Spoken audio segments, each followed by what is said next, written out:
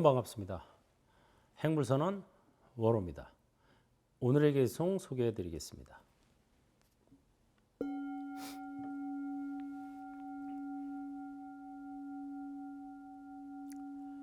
이곳에 모인 모든 존재들, 지상이나 하늘 어디에 있든지 신과 인간의 존경받는 부처님을 공경하여 행복하여지이다. 이곳에 모인 모든 존재들, 지상이나 하늘 어디에 있든지 신과 인간의 존경받는 이 가르침을 공경하여 행복하여지이다. 이곳에 모인 모든 존재들, 지상이나 하늘 어디에 있든지 신과 인간의 존경받는 승가를 공경하여 행복하여지이다.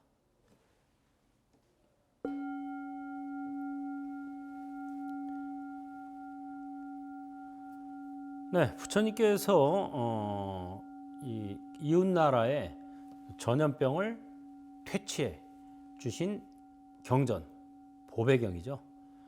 그 마지막 대목입니다. 삼보를 공경하여 행복하여지이다 하는 내용이죠. 삼보, 세 가지 보배. 보배 중에 보배는 바로 이 삼보. 그래서 붓다, 담마, 승가. 그죠? 부처님, 부처님의 가르침, 부처님의 제자. 이 세 가지입니다. 그래서 이곳에 모인 모든 존재들, 지상이나 하늘 어디에 있든지 신과 인간의 존경받는 부처님을 공경하여 행복하여지이다. 그러니까 지상에 있는 인간이나 저 천상에 있는 신이나 모두 존경하는 부처님을 공경하여 행복하여지이다. 이런 소리입니다. 절에 가면은 이제 보통 불보살님을 정면에 모시죠. 거기를 상단이라 그래요. 윗상자. 그 다음에 신중님, 신들을 모신 단이 있어요. 부처님 좌우 옆쪽으로 있습니다. 그걸 중단이라 그래요. 신중단.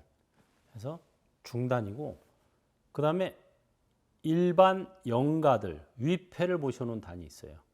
그거를 하단이라고 합니다. 상, 중, 하 이런 식으로 모시는 거죠. 그것은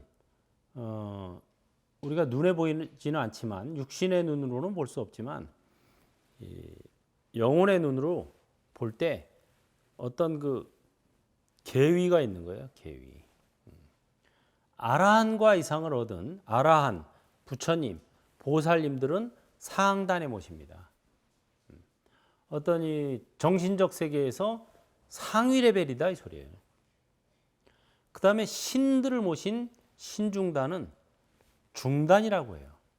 정신계에서 중위 레벨이다 이 소리입니다. 그 다음에 일반 영가들을 모신 영단을 하단이라고 해요. 정신적인 경지에서 아래쪽에 속한다 이 소리죠. 상단, 중단, 하단.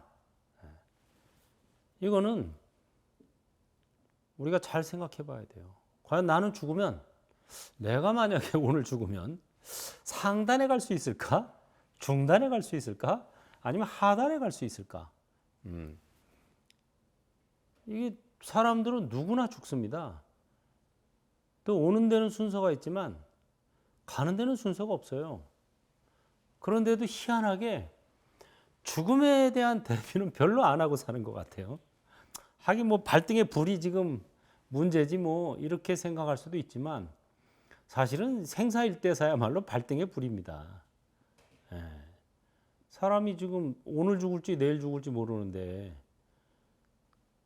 100년, 1000년을 걱정하고 사는 게 인간이죠. 사실은 저도 그랬어요. 그런데 젊은 시절에 갑자기 제 좌우 가까이 있던 사람들이 돌연사하는 것을 보고 깜짝 놀랐어요. 야, 뭐야? 다음엔 내 차례인가? 아니 나이가 한 70, 80 돼야 죽는 걸로 알았는데 그게 아니더라고요. 새파랗게 젊은 사람들이 갑자기 죽어나가니까 그때 저도 젊었지만 나도 저렇게 될 수 있겠구나 하는 게 절실히 와닿았어요. 그럼 나도 오늘 저녁에 죽을 수도 있고 내일 아침에 죽을 수도 있다고 생각하니까 그럼 내가 죽기 전에 뭘 해야 되지? 이런 생각이 드는 거예요. 그래서 제가 관심을 갖게 된 게 생사일대사라고 하는 겁니다. 태어나기 전에는 어디서 왔으며 죽으면은 어디로 가는 거지? 근데 죽고 난 다음에 진짜 영혼이라는 게 있는 건가? 또 뭐 지옥이니 천당이니 하는 게 진짜 있을까? 이런 이제 어떤 생과 사에 대해서 근본적인 질문을 하게 된 거죠. 그걸 불교 용어에서는 생사일대사라 그래요. 태어나고 죽는 하나의 커다란 일이다. 이게 바로 큰 일이고 다른 일은 다 사소한 일이다. 이렇게 얘기하는 거죠. 그래서 결국은 이제 그걸 찾아 헤매다가 이제 출가도 하게 되고 이제 뭐 공부도 하게 되고 그래서 여기까지 왔습니다. 근데 행사일대사를 아주 잘 표현해주는 개송이 있어요. 우리가 이제 돌아가신 분들을 위해서 49제나 천도제 같은 걸 지낼 때 그 제문에 그 개송이 나옵니다.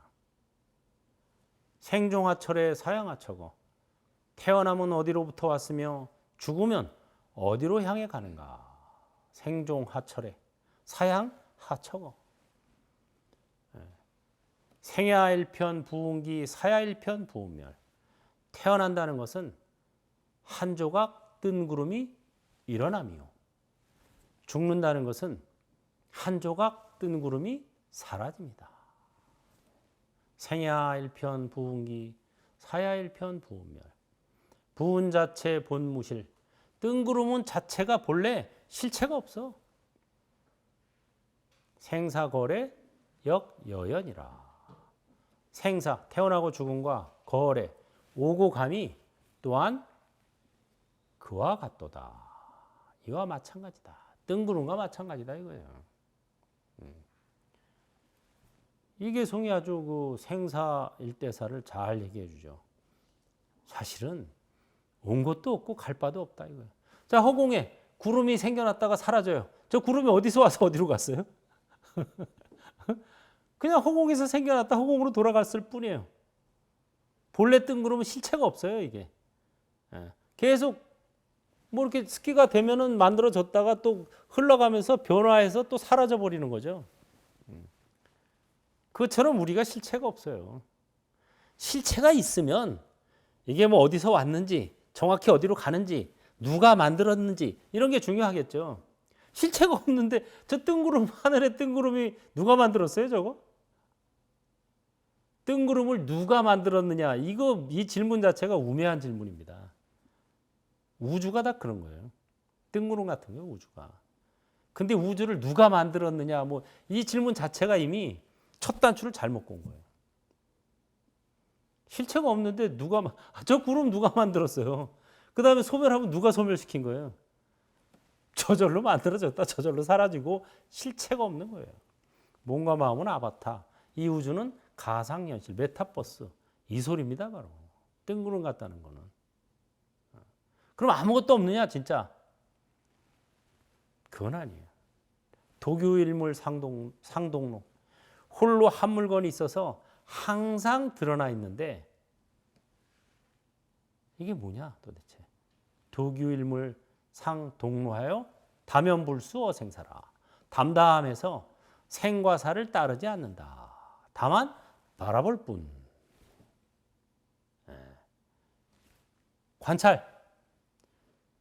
관찰자가 진짜나요. 몸과 마음은 아바타, 관찰자가 진짜나인데 그럼 관찰자는 어떤 거냐?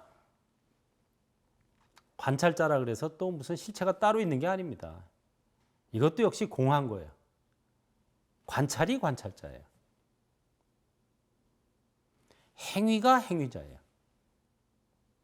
행위가 있을 뿐 행위자는 없다. 관찰할 뿐 관찰자는 없다. 이거죠.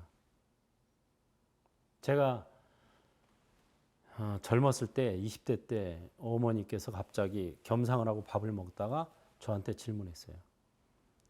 밥 먹는 놈이 누구냐? 에? 밥 먹는 놈이 누구냐고.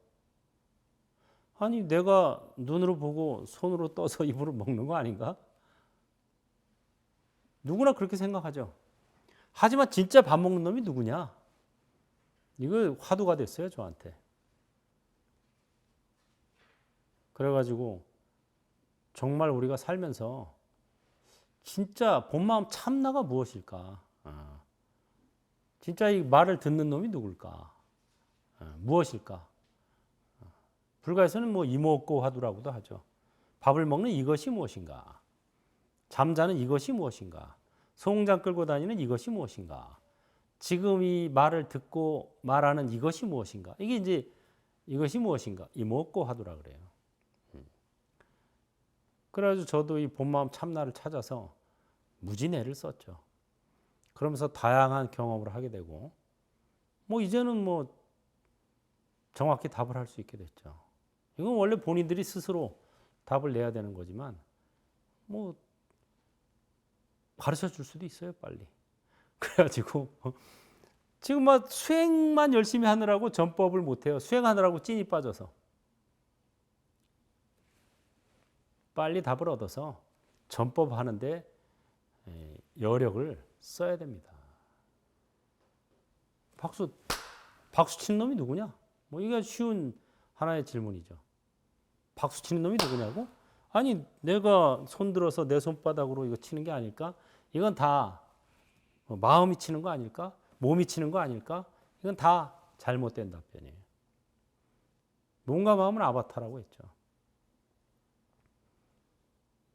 그럼 박수 치는 놈이 누굴까? 제가 얘기했죠. 불행시불, 부처의 행위가 부처다. 나의 행위가 나다. 이건 무슨 소리냐면 행위가 있을 뿐 행위자는 없다는 거예요. 박수침이 있을 뿐 박수치는 자는 없다는 거예요. 그러니까 뭐예요? 박수치는 놈이 누구냐? 바로 지금 여기서 나의 행위가 나다. 그러면 웃는 놈이 누구냐 하고 물어보면 뭐라고 답할까? 웃는 놈이 누구냐?